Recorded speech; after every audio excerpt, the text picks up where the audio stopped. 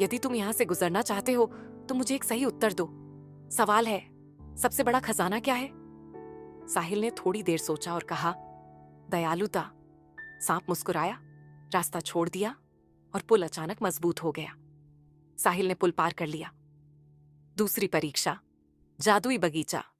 जैसे ही साहिल ने पुल पार किया, वह एक अद्भुत बगीचे में पहुंचा। वहां रंग बिरंगे फूल थे, लेकिन उन फूलों से अजीब गुनगुनाने की आवाजें आ रही थीं।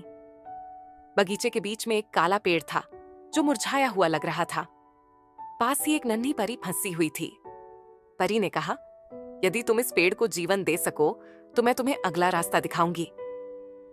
साहिल ने अपनी थैली से पानी की बोतल निकाली और पेड़ की जड़ों में डाल दी। उसने फूलों को सहलाया और कहा, तुम्हें फिर से खिलना होगा। पेड़ तुरंत चमचमा उठा और चारों ओर खुशबू फैल गई। परी ने उसे धन्यवाद दिया और अगला रास्ता दिखाया। तीसरी परीक्षा, पंछी का घोंसला।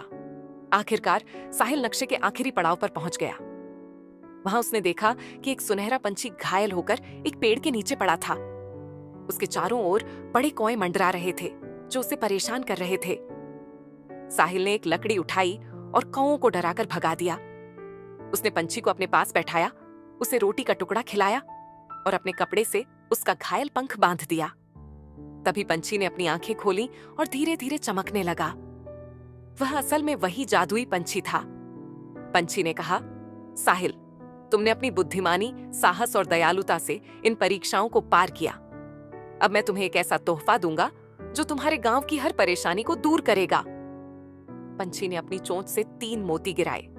उसने कहा, पहला मोती तुम्हारे गांव को हमेशा खुशहाल रखेगा, दूसरा मोती तुम्हारे घर की रक्षा करेगा और तीसरा मोती तुम्हें जीवन भर प्रेरणा देता रहेगा।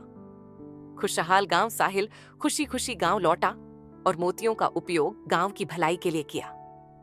अब गांव में न कोई भूखा था न कोई दुखी। दादी ने साहिल को गले लगाते हुए कहा, तुमने दिखा दिया कि सच्चाई और दया ही असली ताकत है।